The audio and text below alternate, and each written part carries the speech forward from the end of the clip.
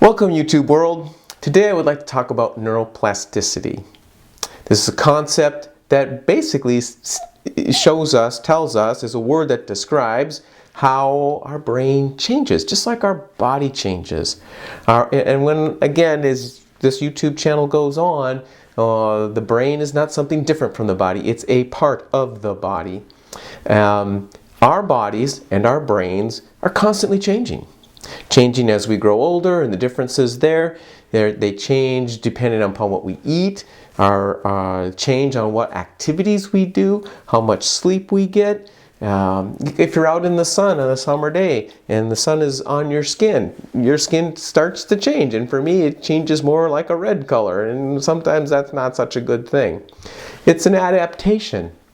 So those of you who are runners, you know that when you do certain things, then your body adapts and changes to that running. Well, the brain is no different. And so when we go forward with the YouTube channel and we talk about all of the things related to training and the brain, that's the great news, is it is changeable. We can train the brain just like we train our lungs, our hearts, our muscles. Training takes time. It's not pixie dust that comes out of the sky and I magically, woo, it's not puppies and bunnies. It takes hard work, it takes consistency, it takes frequency, but our bodies are always changing. Most of the time it's just changing on automatic pilot. We're not even thinking about it. But we're practicing. Our behaviors and the way we think and the way we feel, we just keep practicing and practicing and practicing. And the neuroplasticity tells us that practicing makes our brains, our bodies, better at those things. So let's learn how to take it out of being unintentional, take it out of automatic, and make it more intentional. Make it more the way we would like it to be. The great news in all of this is we're not trapped in our DNA. There's another term in psychology and neuroscience called epigenetics. And they've learned that our genes it's not an automatic. You're not born a certain way, destined to absolutely have to be a certain thing.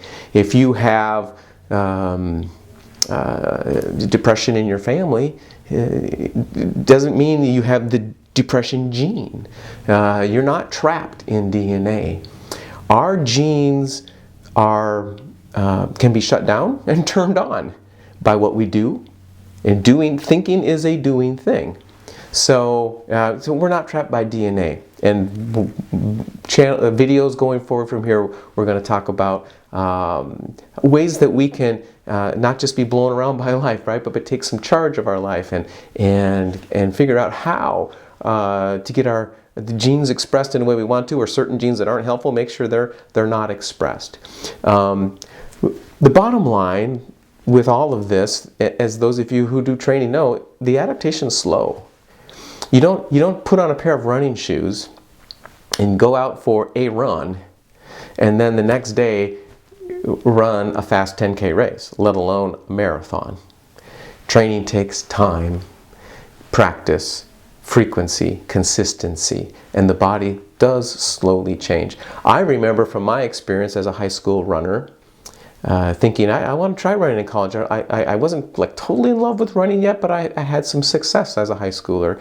And I walked on to college, and the cross-country coach was gracious enough to let me walk on and train with the team and give it a go at North Dakota State University. Shout out to Coach Larson, who's retiring. He was very gracious in that. And it wasn't until my freshman year in college and I started to do that running that I really felt that my body changed and running became so much easier with the work we were doing. So also understand, as I close this video out, that not only is the change slow, but there's limits. It doesn't matter what I do, is how much I practice. I'm probably not going to slam dunk a basketball. At one time I was probably 5'7", now I've aged and I've shrunk, so I'm like 5'6" now. But I can get better at jumping. So, you have Olympic athletes that say, or world champion football, oh, just, they win the gold medal. It just proves that everything's possible with hard work. That's not true. Everything isn't possible. You got to have the ability.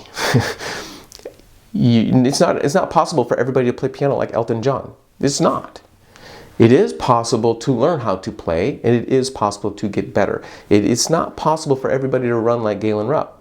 You can work as hard as he works, you're just not going to do it because he's got some different genetics involved, but you can get better at it.